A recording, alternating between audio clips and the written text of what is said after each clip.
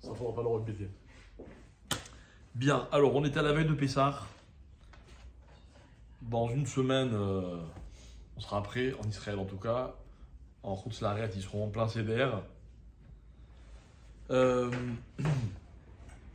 Donc on est à Pessah, on est dans le mois de Nissan.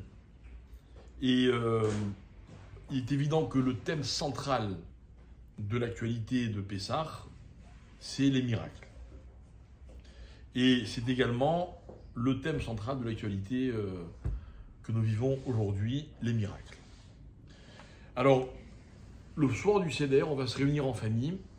Et finalement, c'est vrai que la chose qu'on va raconter le plus, c'est les magnifiques miracles que Dieu a fait au peuple juif et qui ont permis la sortie d'Égypte. Ensuite, la fête de Pessah va se terminer avec le 7e jour de Pessah, où là, on va raconter les miracles de la sortie d'Égypte, de Kriyat Yam-Souf, de l'ouverture de la mer Rouge. D'accord? Et le deuxième soir de Pessah, donc mardi soir prochain, on va entamer le conte du Homer. Et le conte du Homer, en fait, il va nous conduire jusqu'au don de la Torah. Et le moment du don de la Torah, ce qu'on appelle le Ma'amad Har-Sinaï, donc l'événement du Sinaï, c'est l'événement duquel les Rami nous disent que les miracles sont les plus impressionnants. Ok? Il nous reste une ou deux places. Tu peux fermer la porte? Jérém, tu peux fermer la porte, s'il te plaît? C'est le gars qui fait le ménage. Merci. Ouais. Alors on commence. Donc, que ce soit la sortie d'Égypte, que ce soit toute la période qui précède la sortie d'Égypte, que ce soit la traversée de la mer Rouge, que ce soit le don de la Torah, on retrouve en fil conducteur des miracles qui sont les uns plus incroyables que les autres. Ok? Le Rambam, vous savez que le Rambam, Maïmonide, il a écrit plusieurs ouvrages. Et l'ouvrage le plus significatif du Rambam, c'est ce qu'on appelle le Mishneh Torah. Mishneh Torah, c'est une grande collection que vous trouvez ici. Ok? Et dans cet ouvrage, le Rambam, il a abordé tous les thèmes possibles, imaginables de la vie, et il les a codifiés en termes de halakha, comme va faire le Shulchan Aruch plus tard. Alors, c'est moins succinct, mais en tout cas, c'est très très clair. Le Rambam, il a beaucoup travaillé sur la halakha. Et voilà que dans ce livre qui s'appelle le Mishneh Torah, souvent le Rambam, il apporte des notions qui ne nous paraissent pas tout à fait des notions de halakha. Et les commentateurs du Rambam se posent souvent la question, pourquoi le Rambam il ramène tel ou tel sujet ou tel et tel principe? Et on va se creuser la tête, on va essayer de trouver pourquoi ce qui pourrait nous paraître de la morale ou de la pensée ou de ce que vous voulez, ou de la philosophie, en fait, le Rambam, il en a fait de la halakha. D'accord? Maintenant, il y a des halakhot sur tout. Dites-moi un thème, je vous dirai où ça se trouve dans le Rambam. D'accord? Enfin, c'est pas que je connais tous le Rambam par cœur, mais il a fait tous les sujets de la vie. Et parmi les sujets qu'il a évoqués, donc dans les grands chapitres, il y a ce qu'on appelle Ilchot Yesodé à Torah. Les lois, littéralement, des bases de la Torah. Et là, le Rambam, c'est magnifique parce que c'est quoi la base de la Torah? C'est qu'il faut croire en Dieu. On aurait pu dire en une ligne. C'est qu'il ne faut pas il faut pas être idolâtre. On aurait pu écrire en une ligne. Le Rambam, il a écrit des chapitres et des chapitres sur les lois de ce qu'il a appelé lui les bases de la Torah. Et il y a tout un chapitre dans lequel il va parler des miracles. Et il va dire comme ça, donc je vous le lis rapide, enfin tout ce qui nous intéresse, il va dire Moshe Rabbeinu. Donc Moshe, on va dire c'est le bras de Dieu qui a déclenché les miracles. Ça commence le jour où il aperçoit Dieu dans le buisson ardent qui ne se consume pas, puis après avec le serpent, le bâton qui va se transformer en serpent, etc. Là commencent tous les miracles. Et finalement, c'est Moshe qui va déclencher les fameuses 10 plaies, qui va déclencher l'ouverture de la mer Rouge. Moshe. Et pour finir, comme on disait tout à l'heure, le don de la Torah. Donc le Rambam, il dit, Moshe Rabbeinu, lo eeminu bo Israël mi pene aotot she'asa. Donc, axiome. Moshe Rabbeinu ne croyait pas que les Juifs ont eu confiance en lui grâce au miracle. Pourquoi? She'ama'amin al pi aotot yesh belibo dofi. Car celui qui croit en Dieu parce qu'il a vu des miracles, Rambam, il y a dans son cœur une défaillance. Pourquoi? Parce que le même miracle, il peut être reproduit par la sorcellerie, par exemple, ok, comme on le voit, Moshe Rabbeinu, etc., etc. Alors pourquoi Moshe fait des miracles? Ok, j'arrive à la fin de la phrase. Lo lefit sorer asa am, lo leavi reaya à la névoie. Donc le Rambam, il va dire, pourquoi Moshe a fait des miracles? Réponse, parce que c'était nécessaire. Mais en aucun cas pour amener une preuve de la prophétie qu'il exprimait, qu'il donnait au peuple juif. Fin de citation. Donc le Rambam nous apprend que quoi? Que on ne peut pas fonder sa foi sur le miracle, que chaque fois que les miracles ont été commis par Moshe Rabbeinu, donc par Dieu, c'était parce que c'était nécessaire. On était devant la mer Rouge, ben, il fallait bien qu'on passe, alors Dieu il a ouvert la mer Rouge. Mais Dieu il aurait pu aussi bien envoyer au même moment, je ne sais pas moi, des aigles qui auraient transporté les Juifs, ça aurait été pareil. Ok? Bien. Mais nous, ce qu'on retient, ce n'est pas tellement le côté technique, pourquoi Dieu a fait des miracles, c'est qu'on ne doit pas croire en Dieu parce qu'on voit des miracles. Ok? Alors, je suis conscient de ce que, peut-être, quand on entend ce genre de phrase, on peut être un peu déçu. Parce qu'on a, au contraire, le sentiment que le miracle, il est la main de Dieu. Ok? Il est la révélation de Dieu. Possible. On va voir, on va approfondir l'histoire. Mais on va en tout cas partir du principe que le miracle n'est pas une preuve. Le miracle ne prouve pas la grandeur de Dieu. Ok? Donc, on va essayer de comprendre alors qu'est-ce que le miracle apporte, mais surtout, comment percevoir la grandeur de Dieu si ce n'est pas par le miracle. Pour moi, le miracle, ça me paraissait la meilleure preuve de la grandeur de Dieu. Donc, on va voir. Ok? Et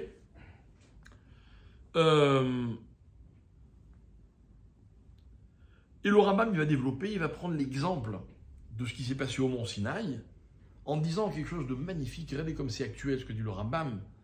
Il va dire, mais si jamais des étrangers, d'accord, c'est un mot qui est soft dans les mots du Rambam, c'est pas genre, il le dit pas avec des dents, mais c'est-à-dire des gens qui ne croient pas en Dieu, avaient assisté au mont Sinaï, ben ils n'auraient pas vu de miracle. Ils auraient vu ce qu'ils avaient envie de voir.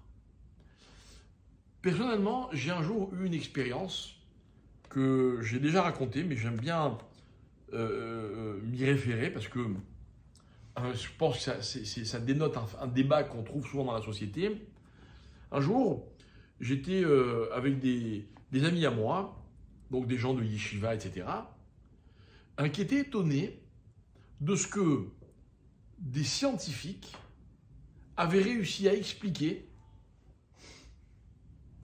les phénomènes des 10 plaies d'Égypte.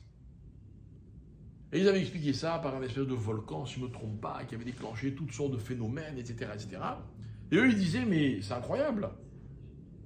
Pourquoi ils ont besoin d'expliquer ça scientifiquement? C'est la main de Dieu.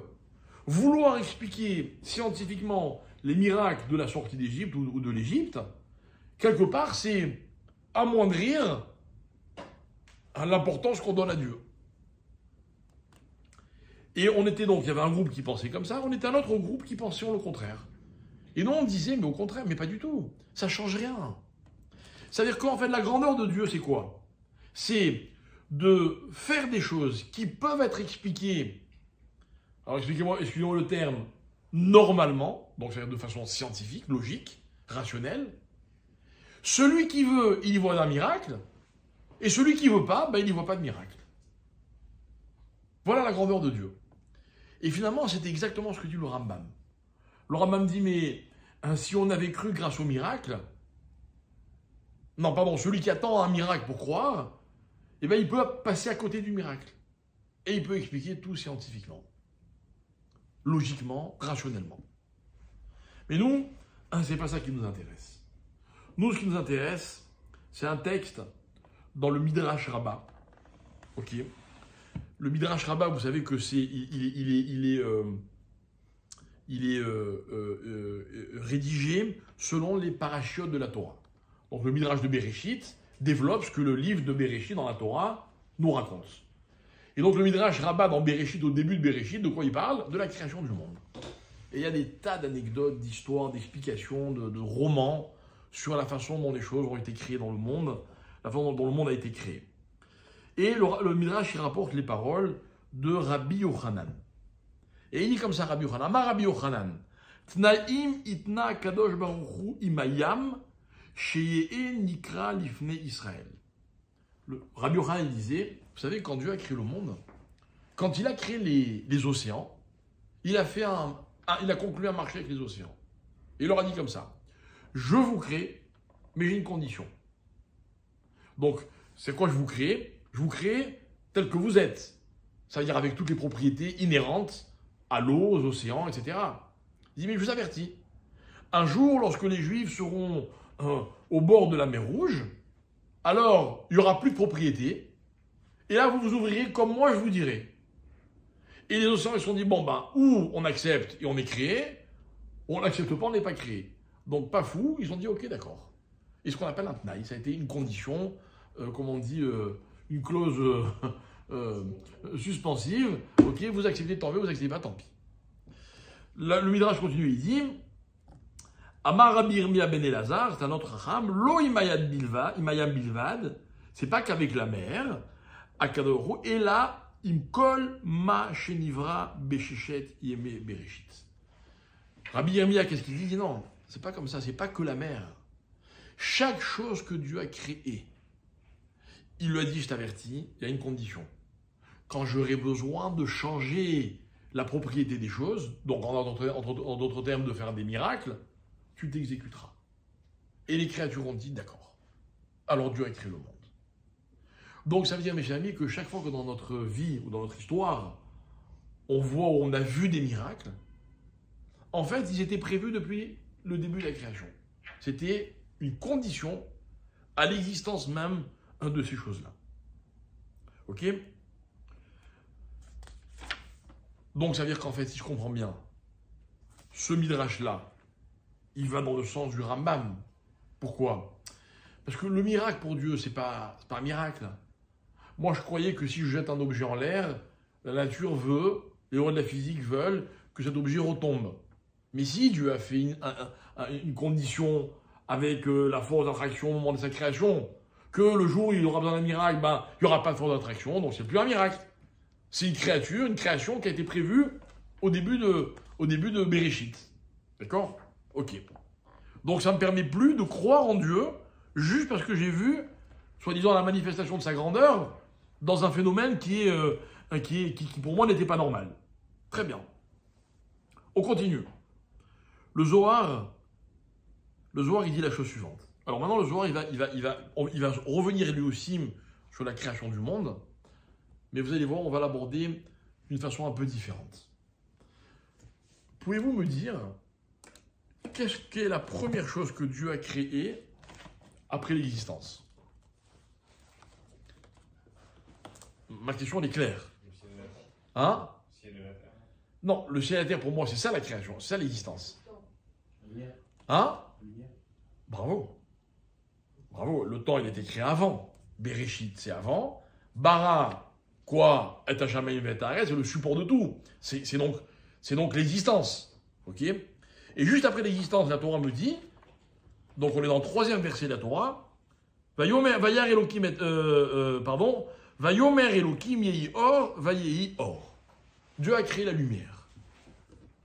pourquoi était-il si urgent de créer la lumière? Nous réfléchissons à l'ordre. Vous savez que la création, ce n'est pas seulement les choses qui existent, c'est par exemple l'ordre dans lequel les choses existent. Rappelez-vous, le premier mot de la Torah, c'est quoi? C'est Bereshit. Bereshit indique une chronologie, c'est-à-dire que s'il y a un commencement, c'est qu'il y a une suite. Donc moi, si je veux comprendre le message de la Torah, ben, il faut que je comprenne aussi cette chronologie. Pourquoi dans la chronologie, l'urgence était de créer la lumière? Ok? C'est quoi la lumière pour nous? Alors, il a créé la lumière, et puis en plus, regardez, Vayar Elokim et Haor ki tov. Il a vu que la lumière, elle était bien. Et en plus, écoutez bien, parce que là aussi, il faut suivre la chronologie. Quand il voit que la lumière, elle est bien, hein, que fait Dieu? Il va séparer la lumière et l'obscurité. Allez comprendre ce qu'il y avait avant. Ça nous dépasse. Mais il y a eu une période de l'histoire qui a duré ce qu'elle a duré, où la lumière existait, l'obscurité existait aussi, et il n'y avait pas de différence entre les deux. Enfin, pas de différence, c'était pas séparé. Que fait Dieu? Il fait de l'ordre. Enfin, Yavdel, Elohim, il sépare Ben Haor ou Ben Hachocher entre la lumière et l'obscurité. Voilà. Ça, c'est la première créature. Ok? Très bien. Rappelez-vous, combien il y a eu de créatures au moment de la création du monde? Combien de créations, pardon? Il y en a eu 10. Be'asara ma'amarim nivra haolam. Le monde a été créé avec 10 paroles. Vous comptez dans la période Bereshit, du premier jusqu'au 6e jour inclus, il y a marqué 10 fois Vayomer. Vous avez vu? Vayomer Elohim Yehi Or. Dieu a dit que la lumière soit. Ok? Par rapport à ces 10 créations, il y a 10. Allez, rêvez-vous un peu. 10 commandements. Ok? C'est-à-dire que l'existence se fait en 10 étapes. La Torah nous est donnée en 10 étapes. Ok? À part toi qui vas pas répondre. Ouais, voilà. Oui. Entre les 10 paroles créatrices et les 10 commandements, il y a eu 10 quoi? 10 plaies. C'est-à-dire que les Doroth, ok, c'est le fonctionnement du monde. Les 10 plaies, c'est un événement. Donc, il y a un rapport qu'on n'a pas le temps d'étudier ce soir entre le premier commandement, pardon, la première création et le premier commandement, et également la première plaie. Non, pardon, pas la première plaie, parce que c'est en X. C'est la dernière plaie qui va nous permettre de transformer la première création en la première mitzvah. Je vous explique, parce que bon, je ne vais pas vous... Je vois dans le regard un certain vide qui me dérange, ok? Lorsque Dieu crée le monde, c'est une mitzvah pour vous, pour moi, que Dieu a créé le ciel et la terre? Ben non. Une mitzvah, c'est une prescription. Une mitzvah, c'est un ordre. Il est où l'ordre? Le premier commandement, il transforme la création en mitzvah. Mais encore une fois, on n'a pas le temps d'expliquer, mais c'est pour vous donner une idée. La deuxième création, c'est pas une mitzvah, Dieu a créé la lumière. Ok, moi je suis là, je suis spectateur. Ça va devenir une mitzvah à travers le premier commandement, le deuxième commandement. D'accord? Et au milieu, on a les 10 plaies, où la dernière plaie, c'est quoi? C'est la mort des premiers-nés. Quand on est dans la mort, on est donc dans l'essence même de l'existence. Donc c'est la première création qui s'appelle la création de l'existence, avec l'existence d'Akadosh Baruch Hu. Pour vous donner un exemple encore plus simple, c'est quoi le dernier commandement? Tu n'en verras point. C'est quoi la première plaie? C'est le sang. D'accord? C'est quoi la dernière créature? C'est l'homme. Voilà, vous faites le rapport. Non, voilà, c'est troublant. Mais bon, c'est pas notre sujet. Ok? Le Zohar, il dit la chose suivante. Le Zohar, il va aborder le problème différemment. Il ne va pas suivre 1, 10, 1, 2, 9, 2. Non, il a un autre ordre. Et lui, il dit, vous savez quel est le commandement qui correspond à la lumière? C'est le premier commandement. Il dit, Anochi Hashem Elokecha, Il y a marqué dans le premier commandement, je suis l'Éternel ton Dieu. Et il y a marqué, or, que la lumière soit. Je vous lis le mot. Da mehemnuta dekucha berichu. Ça, c'est, excusez-moi l'expression, c'est la fiabilité d'Akadosh Baruch Hu. En fait, c'est quoi la lumière? C'est quoi la lumière? Vous savez quelle différence y a-t-il entre la lumière et l'obscurité? Je vous avais déjà expliqué la définition que mon maître, le Rav Shapira, a donnée. C'est quoi la différence entre la lumière et l'obscurité? Ça change quoi pour vous que vous soyez dans la lumière ou dans l'obscurité? Évidemment, si vous connaissez le terrain. Si vous ne connaissez pas le terrain, la question ne se pose pas. Non mais, à quoi ça sert de voir? De s'orienter. À quoi? Non, mais si je rentre chez moi, je connais ma maison par cœur. J'ai pas besoin de lumière. Mais j'ai pas besoin de repères, je connais par cœur. Pourquoi ça change quoi qu'il y ait la lumière ou pas? Ça permet aussi de contempler. Bon, qui dit que c'est important de contempler? Moi. Écoutez bien, les Rachamim vont expliquer que dans la nature de l'homme, quand l'homme voit, il prend en compte. Quand l'homme ne voit pas, il a tendance à ne pas prendre en compte. D'accord? Est-ce que, peut-être que vous allez vous rappeler, j'avais expliqué ce sujet, j'avais fait un rapport avec l'intimité d'un couple. Dans l'absolu, selon la halakha, l'intimité d'un couple doit se faire dans l'obscurité. Et les Rachamim vont expliquer que quand un couple se retrouve et qu'il est dans l'obscurité, rien d'autre n'existe que le couple lui-même. C'est-à-dire que pour l'homme, il n'y a que la femme qui existe, pour la femme, il n'y a que l'homme qui existe. C'est ça la vraie intimité dans la vie. La vraie intimité, c'est quand il n'y a rien d'autre. Dès qu'il y a autre chose, c'est plus une vraie intimité. Donc on va faire comme s'il n'y avait rien autour de nous. Mais comment on peut faire comme s'il n'y avait rien? Pourtant, je suis dans ma chambre, il y a un tas de choses autour de moi. Non, non, mais je vais éteindre la lumière, je vais rien voir, je vais rien prendre en compte. Ok?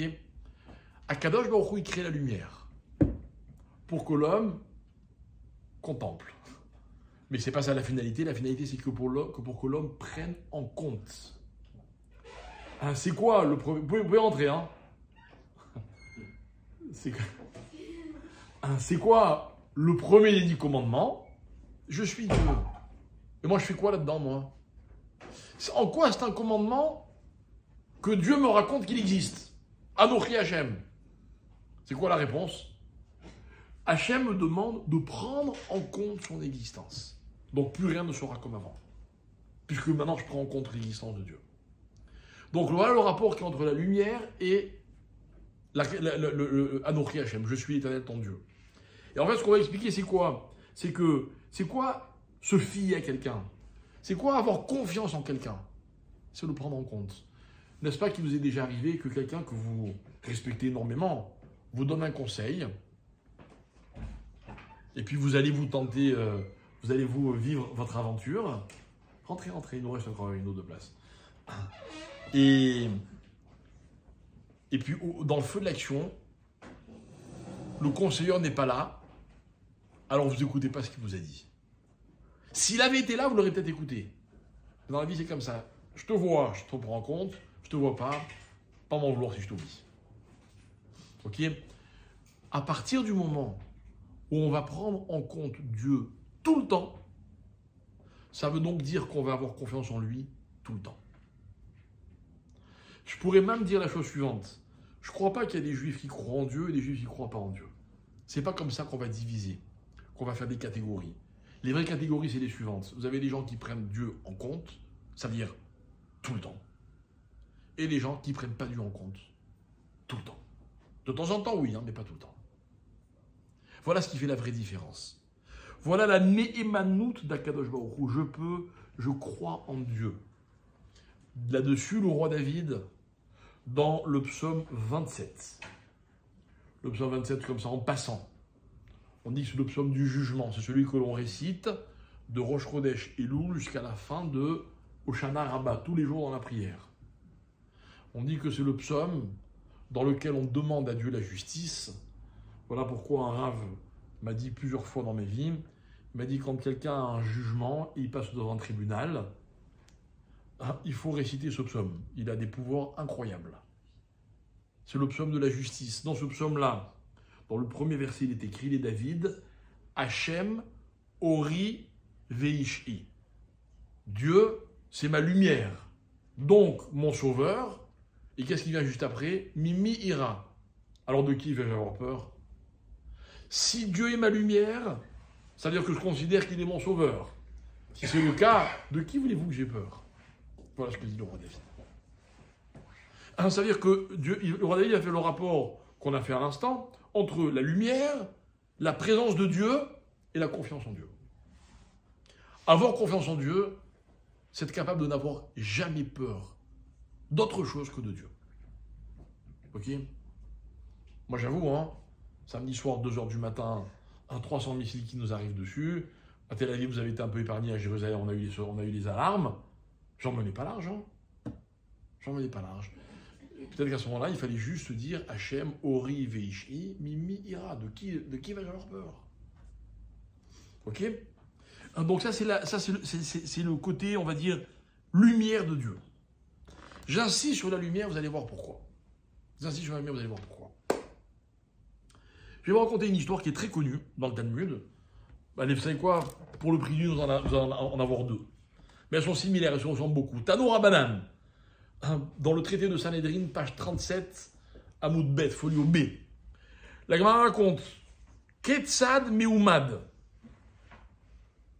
En fait, dans cette sougia, la Gemara elle explique le rôle des témoins. Vous savez que dans la Torah, tout verdict ne se fait que grâce à un témoignage. C'est-à-dire que si j'ai deux témoins qui me disent qu'un tel a tué un tel, alors on va devoir appliquer la sentence. Si j'ai toutes les preuves du monde, mais que je n'ai pas de témoin, je ne peux pas appliquer la sentence.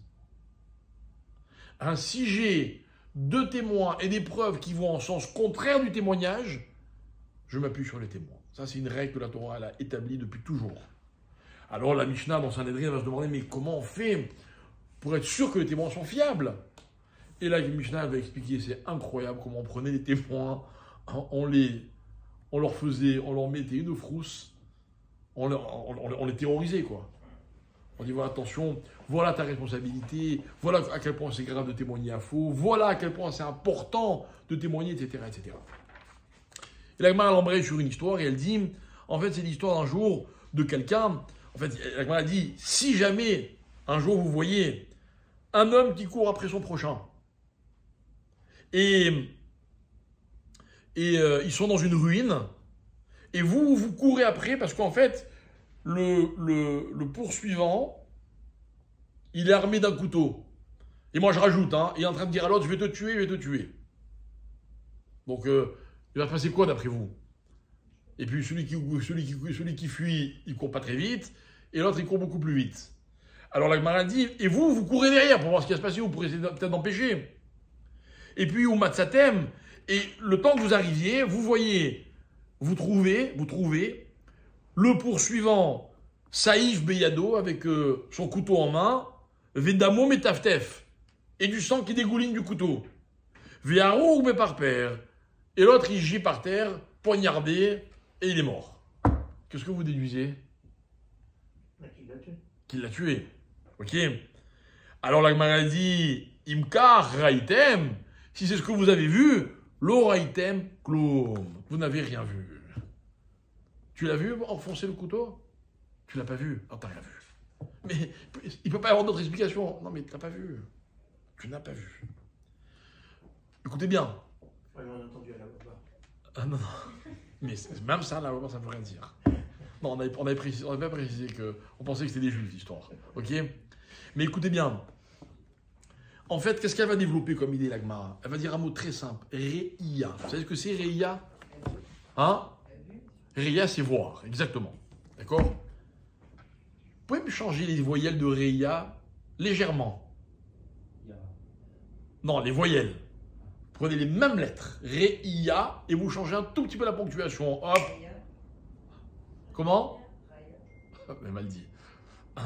C'est comme ça, quand on pompe mal, ça sort mal. Ok? Reïa. C'est quoi Reïa? C'est une preuve. Les mêmes lettres, le même mot, ponctué d'une certaine manière, il veut dire reya, qui veut dire voir, ou alors reaya, qui veut dire preuve. Ma question, c'est la suivante. On a déjà répondu.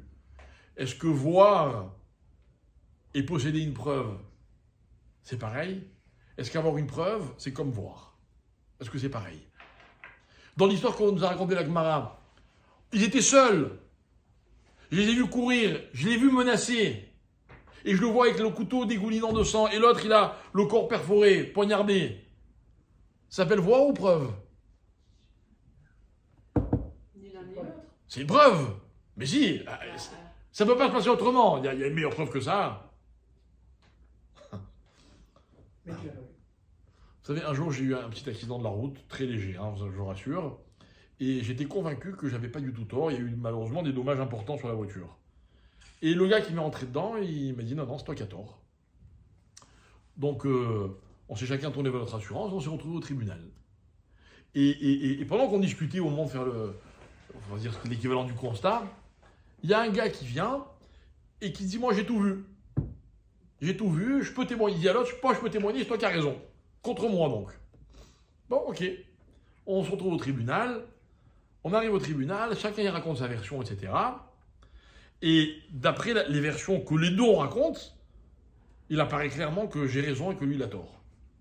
Donc on fait rentrer le témoin et on lui dit, voilà, qu'est-ce que tu as vu? Alors le juge dit, tu faisais quoi à ce moment-là? Il dit, ben, j'étais dans la station-service à côté, j'étais en train, il est camionneur, il conduit un camion-citerne, il était en train de remplir les cuves de la station-service. Alors il dit, mais alors quoi? Alors t'as vu quoi? Elle dit, ah non, moi j'ai rien vu. Et alors pourquoi tu es là? Il dit, non, j'ai entendu le bruit. Et il dit, et je connais moi. Donc je sais que lui il a tort et lui il a raison. Je lui dis, Le témoin jalouse. incroyable. Je lui dis, t'as vu ou t'as pas vu? Il dit, non, j'ai rien vu. Je dis, ok, ton arabadoni, t'es libéré, tu peux rentrer chez toi. Du moment il a été honnête, quoi, d'accord? Le juge, je sais pas où il a, à part la logique, c'est marqué dans la Gemara. T'as pas vu exactement ce qui s'est passé, même si pas une seconde après. Une seconde après. L'ora item kloum, voilà ce qu'a dit la Gemara. D'accord? Mes chers amis, voilà la question pour laquelle on est réunis ce soir. Vous croyez en Dieu, on va partir de ce principe. Vous croyez en Dieu parce que vous avez vu ou parce que vous avez des preuves? Voilà ma question. Et je sais pertinemment qu'en vous posant la question, personne ne peut me dire j'ai vu Dieu. D'accord? Donc évidemment que je ne suis pas en train de vous demander est-ce que vous avez vu Dieu. Je suis en train de vous demander est-ce que ce en quoi vous croyez, vous y croyez parce que vous avez vu, c'est-à-dire c'est une certitude, vous pourriez témoigner, ou bien alors non, vous avez une preuve. Ça veut dire, il semblerait, vous voyez, de la façon la plus probable que telle ou telle chose. Alors pour vous, Dieu, c'est Re'ia ou Re'aya? Voilà ma question, je vous écoute. Mais c'est les deux, on le voit dans les preuves. Alors écoute-moi bien, si c'est les deux, alors j'ai pas besoin de Re'aya, la preuve elle me sert à rien. Puisque tu as vu, c'est encore mieux. Tu vois ce que je veux dire?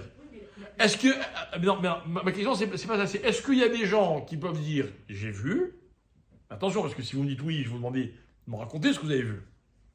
Ou est-ce que, non, j'ai pas vu, mais j'ai des preuves. J'ai des preuves. La plupart des croyants que nous sommes se sont appuyés sur des preuves. J'ai des preuves. Bah, moi, j'aurais vraiment, spontanément, j'ai pensé le contraire directement. Je pensais à voir, mais pas de preuves. Parce qu'en fait, on le voit. Par exemple, cette histoire de drone qu'on a gagné, il y a des gens qui disent que juste l'armée est très forte, d'autres qui disent c'est un miracle, c'est un miracle. Il y a des gens qui ont décidé de voir que c'est un miracle. Donc en fait, on voit, mais pas en voyant Dieu, en voyant ce qui découle, je sais pas moi, un bébé qui naît, en voyant comment le corps agit. Mais des preuves, moi, on n'en a pas. Des preuves.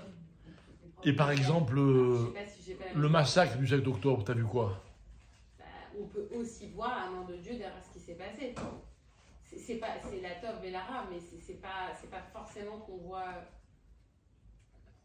C'est comme Rabbi Akiva. D'accord, j'ai entendu. Quand il a Ok, vu la destruction du temple. D'accord, j'ai entendu. il a sauvé. Qu'est-ce que tu dis, toi? Tu dis quoi, toi? Tu plutôt preuve ou plutôt voir?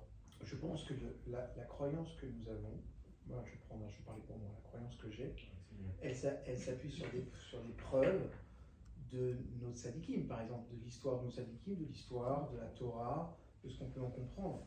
Après, est-ce que moi j'ai vu des preuves de l'existence de Dieu pour moi?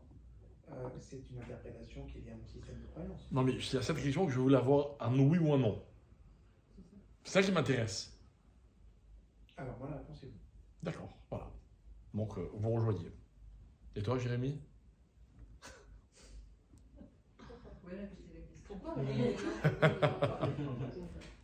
Bon, Jérémy. C'est très dur. Je positionne.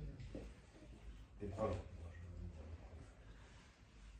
Alors, est-ce que vous étiez déjà là quand j'ai cité le premier texte du Rambam qui disait que la raison pour laquelle Dieu a fait des miracles par l'intermédiaire de Moshe, ce n'est pas ce qui a provoqué la foi, la émouna des Juifs. Vous vous rappelez?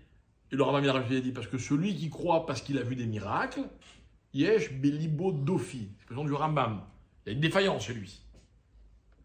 Pourquoi? Parce que j'ai vu quelque chose, pour moi c'est une preuve, mais moi je peux vous tourner la preuve à l'envers. Regardez, voilà, samedi soir, Israël a attaqué 331 missiles. D'accord?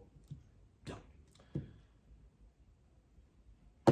C'est quoi pour vous? C'est un miracle ou c'est pas un miracle? Miracle. Ben moi j'ai vu une vidéo sur YouTube de quelqu'un, je crois qu'il fait partie de l'armée, c'est un ancien de l'armée française, c'est un type qui est très calé, qui donne une explication magnifique, et qui explique en fait comment il y a eu une espèce de petite coalition entre les États-Unis, les Jordaniens, les Français d'après ce qu'ils disent, ok, ils ont fait des fameuses barrières, ok, avec des avions de ravitaillement, des chasseurs. Il a expliqué tout le balai incroyable qu'il y a eu à ce moment-là et qui a empêché. Alors lui, il pense que c'est pas 99%, mais que c'est 97,8%. Voilà ce qu'il dit. D'accord, on peut chipoter, hein. Mais pour lui, c'est pas un miracle, c'est une performance. Bah oui. Voilà, et pour toi, c'est un miracle? Bon, pour moi, c'est un miracle. C'est un miracle. Mais est-ce que. Hein?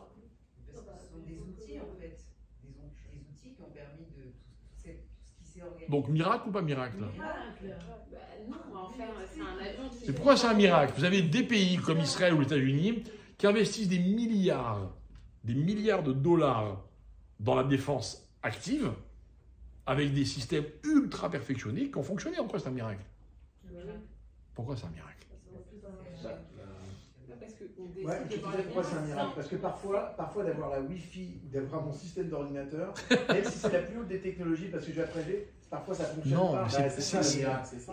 Non, mais vous n'avez pas compris. Pourquoi il y a eu ces mêmes investissements? On est d'accord, regardez, vous comprenez qu'il y a une différence entre quelque chose qui est censé fonctionner en permanence, donc qu'on s'installe dans une routine, et il y a un moment crucial de l'histoire où il peut y avoir, Dieu préserve, des conséquences dramatiques, où là, vous avez tous les cerveaux les plus performants du pays qui se concentrent, qui unissent leurs efforts, et puis à ce moment-là, la technologie... Et ils coordonnent. Voilà, donc à ce moment-là, cette coordination et cette technologie, elle fonctionne. Pas pareil. Vous savez, moi je vais vous dire pourquoi c'est un miracle. Je vais vous ouvrir une petite parenthèse. Hein. Vous avez vu que depuis le début de la guerre, il y a marqué partout Yachad Menatzeach. Hein, vous l'aimez cette phrase? J'ai lu d'un article très court. Vous avez peut-être lu, vous le lirez parce que ça circule, c'est incroyable. C'est incroyable. Un type qui est docteur en physique, qui a travaillé pendant des années dans la création de systèmes de défense en Israël. Ok? Et il dit, vous savez en quoi c'est un miracle, ce qui s'est passé Motzei Shabbat? C'est un miracle parce que les centaines, ou peut-être les milliers de personnes qui ont uni leurs efforts pour déjouer cette attaque, quelqu'un qui a dit tout à l'heure avec des missiles de portée et de puissance et de hauteur différentes, tout pour troubler justement les systèmes de défense. En fait, ils ont tous travaillé avec une parfaite coordination. Et il expliquait l'idée, et cette coordination, c'est un vrai miracle. Que pendant ces 3 heures-là, ils ont uni leurs efforts et à la même seconde, il expliquait, je ne maîtrise pas complètement ce qu'il disait, à la même seconde, ils ont fait converger toutes leurs énergies et ils ont pu arrêter tous les missiles. Mais je ne sais pas si vous vous rendez compte, c'est invraisemblable. En fait, il y a eu une ardoute incroyable, quoi. Mais pas uniquement chez les Juifs. C'est ça aussi. Mais peu importe, peu importe. Ah oui, mais- Peu importe. Je vais te répondre très, très rapidement. Très rapidement. Comme l'enjeu, c'était le peuple juif, nous, nos qualités, on ne les garde pas pour nous. Nos qualités, elles sont là pour éclairer le monde. D'accord? Et comme nous, on a été à la hauteur à ce moment-là, et encore une fois, je ne parle pas de la stratégie militaire, je parle de la redoute, ben, on les a éclairés. Et ils ont réalisé une performance qu'ils n'auraient jamais peut-être réalisée si le cœur du problème n'était pas Israël. C'est ça le miracle. Et là-dessus, je pense qu'Hachem, il nous a aidés de façon incroyable. Et quelque part, il disait, il était allé un peu loin, hein. Il disait, c'est ce qu'on a vu au moment du don de la Torah, Vaya, les Juifs étaient Kei Shechad Belev Echad. C'est vrai, on avait un seul objectif, tous en même temps. Il faut regarder ce gars qui a dévoilé que pendant les attaques, sur Google, le mot qui a été le plus cherché, c'était Elim. C'est incroyable. Ouais. C'est incroyable. C'est fou. Ça, c'est un miracle. Ça, c'est un miracle, mes chers amis. Mais vous savez quoi? Le gars que j'ai vu sur YouTube, il n'a pas parlé de ça. Peut-être que si on lui raconte, il dira oui, c'est vrai. Mais pour lui, c'est pas un miracle, ça. Pour lui, il va se dire, ils sont tellement entraînés que c'est normal qu'au moment crucial, ils soient à la hauteur, les bonhommes. Parce qu'un miracle, mes chers amis, ça peut être une preuve. Mais une preuve, elle est faite pour être démontée. Elle est faite pour être démontée. Dans n'importe quel tribunal du monde, quand vous amenez une preuve à un procès, il faut qu'il soit présenté au dossier avant. Pourquoi? Pour que la partie adverse, elle puisse, qu'elle ait le droit de démonter la preuve. Et ils ont raison, c'est la raison d'être d'une preuve. Par contre, je vais vous dire quelque chose. Réia, c'est quelque chose qu'on ne peut pas démonter. Ça ne se démonte pas, une Réia. Vous ne pouvez pas aller contre ce que j'ai vu. Vous ne pouvez pas aller contre. J'ai vu. Maintenant, voir, c'est quoi? Voir, c'est pas Dieu. Voir, c'est avoir un moment de or dans ma vie, de lumière. Ça veut dire que c'est avoir une vision qui va impliquer que dorénavant, il y a quelque chose que je prends en compte pour toujours. C'est ça, Réia. C'est ça. Mes amis, je vais vous dire quelque chose. Je ne sais pas si Israël va riposter ou pas. Et personne ne le sait. Je ne sais pas si Israël riposte, si les Iraniens vont re-riposter. Et est-ce qu'il y aura une escalade ou pas? Je ne sais pas. Mais je vais vous dire quelque chose. Ainsi, ce qui s'est passé Motsai Shabbat, ce n'est pas une réaïa, une preuve, mais une réia, c'est-à-dire une vraie expérience. Alors on ne peut pas avoir peur, on ne peut plus jamais avoir peur. Parce que ce qui s'est passé, c'est Ori, Veishi, c'est ma lumière qui m'a fait réaliser que Hachem me protège, me sauve. Donc Mimira, de quoi voulez-vous que j'ai peur? Et mes chers amis, écoutez bien, ainsi un Chas Shalom, il y a encore une attaque et qu'on a de nouveau peur, ça voudra dire qu'en fait ce qu'on a assis samedi soir, c'était pas une Réia, c'était une Réaïa. Vous voyez? Donc mes chers amis, écoutez bien, moi je vous donne un petit conseil d'amis. Si on vous demande un jour dans votre vie, vous rencontrez un rabbin un peu farfelu qui vous dit, dis-moi, Dieu pour toi, c'est Réaïa ou Réia? Faites-moi plaisir, ne répondez pas. Ne répondez pas. Parce que vous ne savez pas. Parce que peut-être que tout ce que vous avez vu jusqu'à présent, c'est Réia, c'est une certitude. Mais il peut y avoir des circonstances dans la vie qui font que, je peux tout remettre en question. Ça existe, hein. On en a vu, hein. On en a vu des gens remettre tout en question. Alors, des fois, ça peut durer un instant, puis on se ressaisit. Des fois, ça peut être juste face à une situation très, très, très précise. Peut-être. Mais une réia, c'est une réia, quoi. C'est immuable, c'est définitif. C'est ce qui s'est passé au Mont Sinaï, mes chers amis. Au Mont Sinaï, regardez ce que dit le verset. J'invente pas, c'est marqué noir sur blanc. Il y a marqué qu'il y a eu des sons terrifiants. Vous savez comment on a perçu les sons? Vechol ha'am Rohim et Takolot. Et le peuple a vu les sons. C'est quoi cette idée là, voir les sons? Il joue à quoi Dieu là? Il va montrer que c'est le plus fort? Non. Évidemment que les sons, ça se voit pas, ça s'entend. Mais ça a été tellement clair pour le peuple juif ce qui s'est passé à ce moment-là, que ça s'appelle Reya. C'est définitif.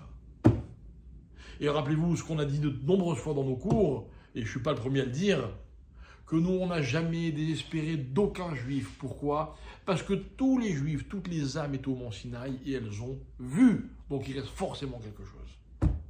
Il faut gratter, hein. Il faut aller très très en profondeur pour trouver ce qui reste. Mais il reste quelque chose. Parce qu'une réia, ça ne disparaît jamais. Jamais. Et je vais encore aller un petit peu plus loin pour expliquer la chose suivante. Vous vous rappelez ce midrash qu'on avait aussi rapporté dans nos cours, qui raconte que lorsque Dieu a voulu créer l'homme, il a consulté les anges. Et il leur a dit, voilà, j'ai un projet, il s'appelle Adam, je fais ou je fais pas? Et le midrash raconte que les anges, il y a eu un grand débat dans le ciel. Alalou omrim ibara, valou omrim alibara. Certains disaient, il faut créer, d'autres disaient, il ne faut pas créer. Et puis vous vous rappelez, il y en a eu quatre anges, on va dire, dominants. Il y a eu l'ange de la paix, l'ange de la vérité, l'ange de la justice. C'était quoi le quatrième? La paix, la justice, la vérité. Hein? Et l'ange du chesed, bravo. Ok? L'ange de la justice et l'ange du mérite, du chesed, de la générosité, on dit il faut créer l'homme. Ça correspond tout à fait à l'homme. L'homme, il adore la justice. L'homme adore la générosité. Tous les êtres sont généreux. Par contre, l'ange de la paix, qu'est-ce qu'il a dit? Il dit surtout pas. L'homme, il adore se bagarrer. Kulo ktata. C'est vrai, tu m'attends, c'est que des histoires.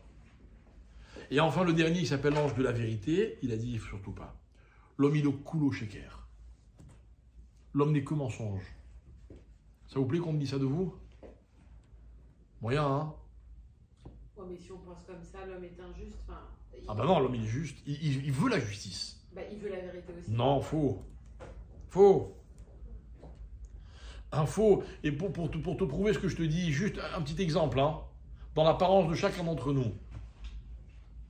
Il y a beaucoup plus de soins apportés dans la volonté de cacher ce qu'on ne veut pas que les autres voient, que de montrer ce qu'on veut qu'ils voient. Et même ce que l'on veut qu'ils voient n'est pas le reflet de ce que nous sommes vraiment. Ça s'appelle du sheker.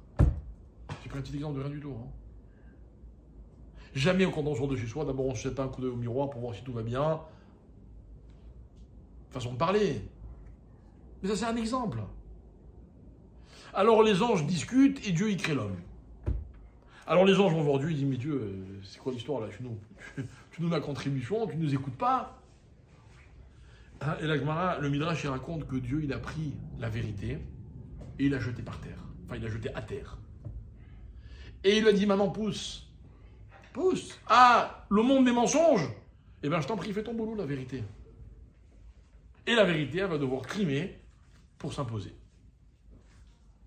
Le Maharal de Prague, dans son immense sagesse, il va expliquer quelque chose de très, très intéressant. Il va dire, mais vous savez, c'est quoi la fonction de la vérité dans ce monde? C'est quoi? D'autant vous répondront que la fonction de la vérité, c'est d'instaurer la vérité dans le monde. Et bien, vous savez ce qu'il dit le Maharal? Il dit non. La vraie mission de la vérité, écoutez bien, hein, c'est de prouver que le mensonge a tort. Et en fait, le Rav Shapira, il va développer l'idée selon laquelle, à la fin des temps, c'est-à-dire maintenant, hein, le mensonge, c'est du mensonge que va émerger la vérité. Le mensonge, il va prendre une place incroyable dans le monde. On dira aux méchants qui sont gentils, on dira aux gentils qui sont méchants, on dira que le bien est le mal et que le mal est le bien. Je me trompe ou c'est ce qui se passe en ce moment? On est en plein dedans. Et pas qu'en Israël. Enfin, malheureusement, pas que dans le reste du monde, même en Israël. Eh bien, il explique, il dit, c'est normal.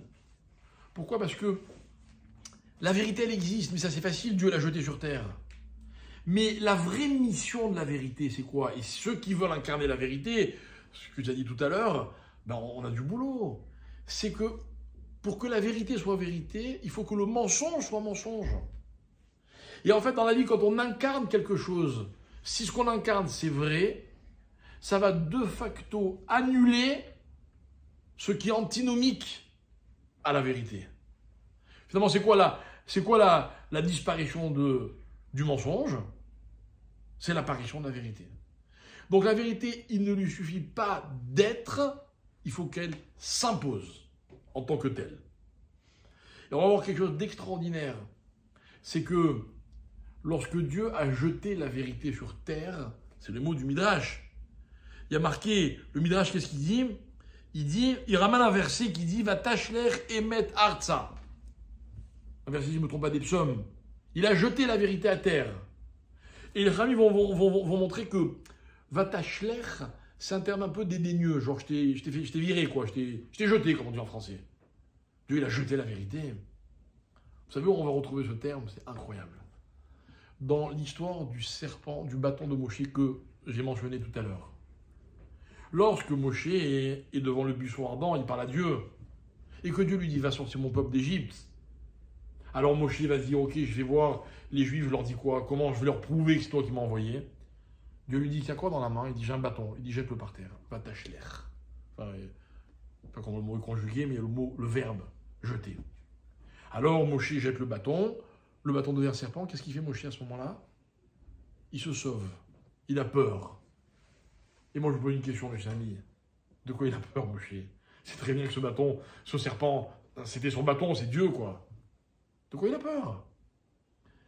Et les amis vont répondre, ils vont dire, Moshe, il a eu peur des dégâts que le serpent va causer.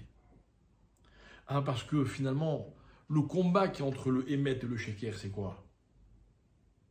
C'est pas qu'un jour la vérité va devenir mensonge et le mensonge va devenir vérité. C'est que le mensonge, son job, c'est de faire des dégâts. Et c'est ça qui l'intéresse. Et si en face de vous croisez quelqu'un, c'est un menteur. Mais tout le monde va voir que c'est un menteur. Mais pourquoi il ment?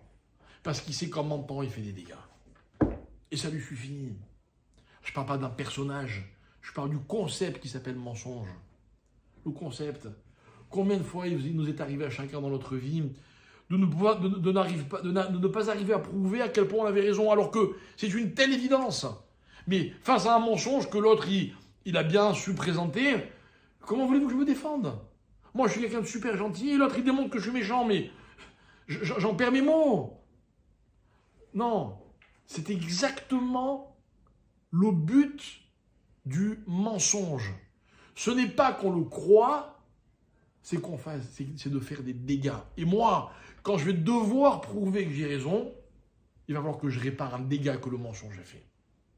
Mes amis, c'est ça la fin des temps. La fin des temps, c'est pas quand le mensonge va gagner ou la vérité. La vérité, elle va gagner, il n'y a pas de doute. Mais le mensonge, il va faire des dégâts. Le mal, il va faire des dégâts. Et pour contrer ce mal, il va falloir qu'on ait une conviction, mais à toute épreuve. Et cette conviction à toute épreuve, c'est la conviction de celui qui a vu, mais pas de celui qui a eu des preuves. Moi, il y a des gens en qui j'ai confiance dans ma vie. Si vous m'apportez toutes les preuves que vous voulez, je pense que jamais on soit éprouvé, mais je pense que les gens en qui j'ai confiance, même si on m'apporte des preuves que je ne suis pas censé leur faire confiance, je leur fais confiance quand même. Ah oui. Moi, quand j'allais dans des réunions de parents d'élèves et que les professeurs me disaient du mal de mes enfants, eh bien, je n'y croyais pas. J'y croyais dans les faits, d'accord, parce qu'eux, ils avaient vu, mais pas dans ce qu'on me disait de mes enfants, mais moi, j'ai confiance. Bon, maintenant, si vous voulez me critiquer mes parents en me disant ton père il a fait ceci ou ta mère elle a fait cela, si ça ne me correspond pas, si ça ne me convient pas, je vais dire que je ne vous crois pas. Et je ne vais pas vous croire. Et j'en ai rien à faire de savoir si ce que vous dites est vrai ou pas. Moi, j'y crois pas. Moi, j'y crois pas. Et les gens qui ont confiance, j'ai pas besoin de savoir 24 heures sur 24 où ils sont, qu'est-ce qu'ils font, à qui ils parlent. J'ai pas besoin. Parce que j'ai une réia, j'ai une conviction de tout ce que j'ai vécu qui fait que j'y crois, c'est tout, c'est comme ça. Les miracles, mes chers amis, Ce ne sont que des preuves. Ah, il nous faut un bien fou, hein. Vous savez pourquoi? Parce que quand on est convaincu de quelque chose et qu'on a une preuve, alors la preuve, elle prend tout son sens. Mais ça ne peut pas être que des preuves, la vie. Et en fait, toute la sortie d'Égypte, c'est quoi? On va faire quoi le soir du cerf de Pessah? Vous vous rappelez ce qu'on va faire? Ça fait un an, peut-être vous avez oublié. On va raconter. Et vous avez remarqué, quand vous racontez une histoire à un enfant, pourquoi on parle de l'enfant? Et celui qui n'a pas d'enfant? Il faut que j'aille chercher des enfants ou en acheter ou en louer pour Pessah? Non, non. En fait, l'idée, c'est qu'il faut que le récit soit comme quand un adulte raconte à un enfant. Vous avez déjà vu un enfant, quand tu racontes une histoire, il a les yeux qui s'ouvrent grands, la bouche qui s'ouvre un petit peu, il se relâche complètement, il est complètement dans l'histoire. Il n'est pas en train de l'écouter, il est en train de la vivre, l'histoire. C'est ça qu'on doit faire à Pessah, mes chers amis. Moi, je connais des familles où ils ont des usages incroyables, où ils mettent du sable sur la table, comme le désert, où ils mettent un sac sur le dos, comme quelqu'un qui part en voyage, où ils ont des bâtons comme ceux que prennent les bédouins, justement, pour traverser le désert. Ils créent un vrai décor, un vrai décor. Et bien, vous savez quoi, ils ont raison. Non, mais ça salit la table. Ils ont raison. À moins que vous soyez suffisamment doué pour raconter au point qu'on va croire qu'on y est. Mais c'est ça qu'il faut faire. Parce que dans la vie, pour transmettre, il ne faut pas raconter, il ne faut pas amener des preuves. Il faut faire vivre les choses. Moi, je dis toujours qu'à un moment dans ma vie, j'étais un peu révolté de ce qu'on ne m'a jamais demandé mon avis si je voulais être religieux ou pas. On me l'a imposé. Et puis un jour, en mûrissant, j'ai compris que ma chance avait été de vivre les choses avant de prendre le temps de les comprendre. Et j'ai réalisé que j'aurais jamais aussi bien compris si je n'avais pas d'abord vécu.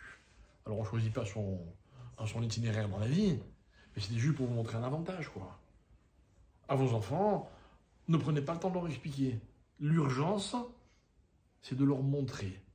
Comme lorsque Dieu a créé le monde, l'urgence était d'allumer la lumière, pour que les gens voient, pour que les gens vivent les expériences, pour qu'ils prennent en compte le décor dans lequel ils allaient évoluer. Alors oui, mes chers amis, on est dans une période incroyable de notre histoire. On sent tous qu'il va se passer des grandes choses, comment, qui, quoi, tel rabbin dit ceci, tel rabbin dit cela. Je ne suis pas de ces rabbinim qui savent dire l'avenir, moi je ne sais pas. Mais je sais qu'il va se passer quelque chose, on le sent. On le sent. Ah, mes amis, ce qui va se passer va être à la hauteur de ce que l'on vit. Ce que l'on vit. Vous avez des gens qui vivent des choses extraordinaires, mais qui ne le ressentent pas de façon extraordinaire. C'est ce que j'appelle ne pas vivre les choses pleinement. Je crois qu'être juif, c'est pouvoir se plonger dans un texte vieux de plusieurs millénaires et de s'immerger comme si on était en train de le vivre. Être juif, c'est pouvoir faire une petite mitzvah de rien du tout. Vous prenez une allumette et vous brûlez quelques miettes de pain. Elle est où la mitzvah? Non mais, je suis en train de vivre quelque chose. Quelques jours, on a fait la prière des arbres, comme on le fait en Israël le jour de Rosh Chodesh Nissan. Et moi, on m'a appris à faire la chose de la façon suivante. On est sorti de la ville de Jérusalem, on était dans un endroit un peu éloigné. On a fait un texte qui dure plusieurs dizaines de minutes, etc. Quelqu'un m'a dit, bon, mais tu sais, cette bracha, on peut la faire en bas de la maison dès qu'on va dans un fruitier. Ça prend 4 secondes. J'ai dit, oui, c'est vrai, mais moi, je m'excuse. Bon, on m'a appris à vivre les mitzvot. À vivre les expériences. Quand on les vit, on n'est plus dans la réaïa, on est dans la réia. C'est comme ça qu'on est convaincu de quelque chose. Alors, on vit des miracles qui sont incroyables. Ils ne sont pas faciles, hein. Ils ne sont pas faciles. On morfe en ce moment. Mais si on est capable de voir les choses, de les ressentir, non pas comme l'existence de Dieu, mais comme la preuve de l'existence de Dieu, qui vient prouver ce qu'on a de toute façon décidé ou eu la chance de vivre. Alors les choses, elles prennent une vraie dimension. La marloquette qui est entre ce militaire qui a expliqué le fonctionnement de la barrière, qu'il a appelé je ne sais plus comment, etc., et de ce scientifique, mais qui apparemment a une sensibilité, et qui dit le vrai miracle, c'est que tous les juifs, tous les soldats étaient ensemble au même moment, au même instant. C'est quoi la marloquette? Il y en a un qui observe, et il y en a un qui vit la chose. C'est vrai. La main de Dieu, ce n'est pas la puissance de l'armée, c'est la capacité, à ce moment-là, que tous les soldats, enfin toutes les personnes impliquées, elles aient mis toute leur énergie. Toutes leurs énergies ont convergé au même moment vers un même objectif. C'est là qu'on est imbattable. C'est là qu'on est imbattable. Voilà une preuve. C'est une preuve, on le savait déjà. Hein. On le savait déjà. Hein, pourquoi on dit que Hachem, il est Echad? Parce qu'Hachem, il unit tout. Il unit tout. Ah, c'est vrai, regardez ce qui se passe dans une synagogue à Kippour, par exemple, où il y a des gens qu'on ne voit jamais, hop, d'un coup ils arrivent, quoi, on converge tous. À un moment de Kippour, il y a comme ça peut-être ça dure une seconde, je ne sais pas où. Tout le monde converge vers la même cible. Ben, on est imbattable. Ça va déterminer toute l'année qui vient. Toute l'année qui vient. À ceux qui pensent que l'année qu'on est en train de vivre elle est très difficile, je réponds sans prendre de risque, hein, je ne dis pas oui ou non. Je réponds que je n'ai pas de doute d'abord que les Juifs seront à la hauteur, et deuxièmement, que l'issue sera absolument magnifique. Magnifique. Parce que quand nos ennemis veulent nous déstabiliser, alors, dans leur compréhension très superficielle, ils veulent nous faire peur, ou ils veulent nous faire douter de nous, ou de nos dirigeants, ou de ce que vous voulez, eh ben, les pauvres, ils ont l'effet inverse. Hein, c'est là au contraire qu'on voit notre conviction, notre sang-froid, notre force de caractère. Tout ça, mes amis, ça porte un nom qui s'appelle la Emouna.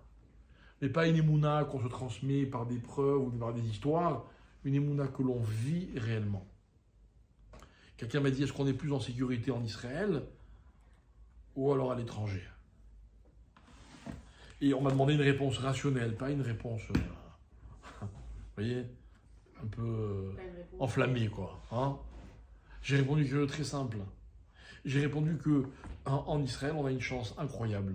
C'est que comme on est entre nous, eh bien, nos énergies, elles convergent vers un vrai but. C'est-à-dire que moi, j'étais, comme beaucoup d'entre vous peut-être, à ma fenêtre, en ma terrasse, avant les alertes, hein, avant que ça sonne. Quand j'entendais les explosions, je savais qu'il y a des missiles qui arrivaient vers nous.